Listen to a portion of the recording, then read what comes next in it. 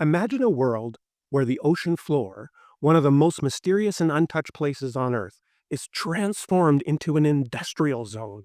Machines scrape away ancient habitats, sediment clouds smother marine life, and the balance of our planet's largest ecosystem is thrown into chaos. This is the reality deep sea mining could bring. But if we go down this path, can our oceans ever recover? Deep sea mining is often touted as a solution to our growing need for critical minerals, materials like cobalt, nickel, and rare earth elements that power electric vehicles, renewable energy systems, and smartphones.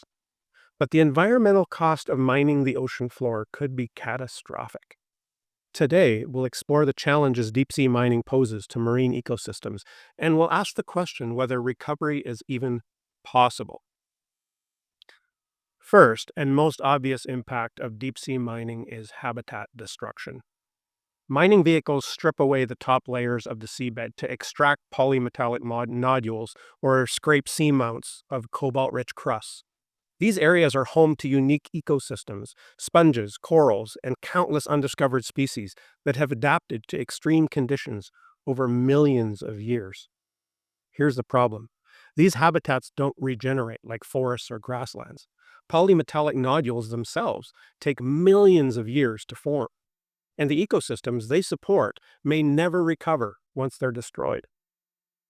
Scientists warn that mining operations could devastate thousands of square kilometers of seabed over decades, permanently erasing entire ecosystems. Then there are sediment plumes, fine particles stirred up by mining equipment and discharged back into the ocean after processing minerals on ships. These plumes can travel for hundreds of kilometers, smothering marine life like corals and sponges that rely on clear water to filter food. But it doesn't stop there. Midwater plumes, formed when waste materials are dumped back into the ocean, can disrupt entire ecosystems in the water column. Tiny organisms like zooplankton, which form the basis of marine food webs, are particularly vulnerable. And if toxic metals from mining waste enter these food webs, they could contaminate fish stocks that millions of people rely on for food. Now, the deep sea is a world of silence and darkness until mining begins. The machines used for extraction generate intense noise and light pollution in an environment where many species depend on sound or bioluminescence to survive. For example, whales use echolocation to navigate and hunt in the vastness of the ocean.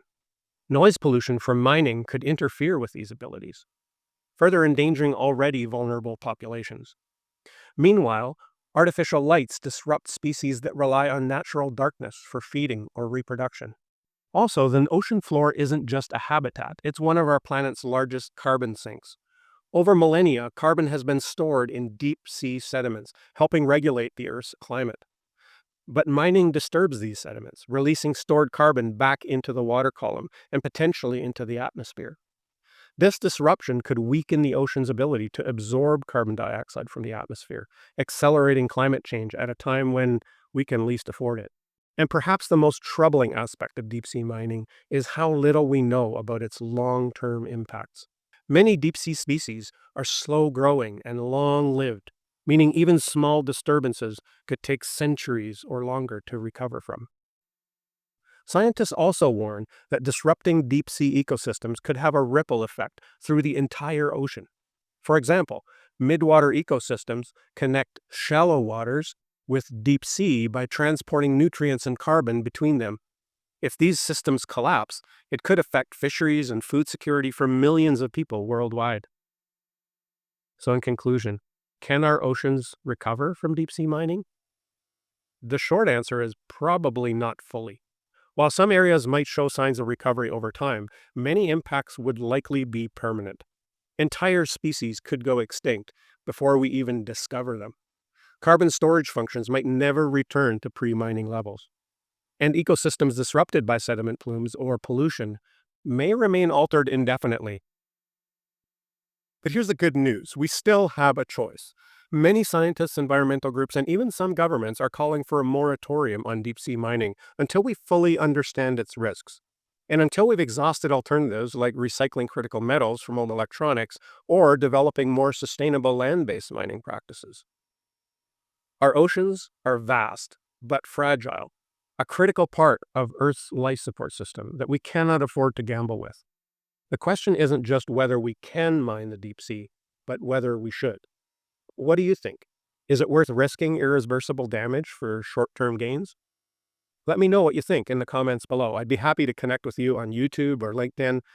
And for more information on the sources for this video or how to connect with me in real life, check out the show notes below. Take care.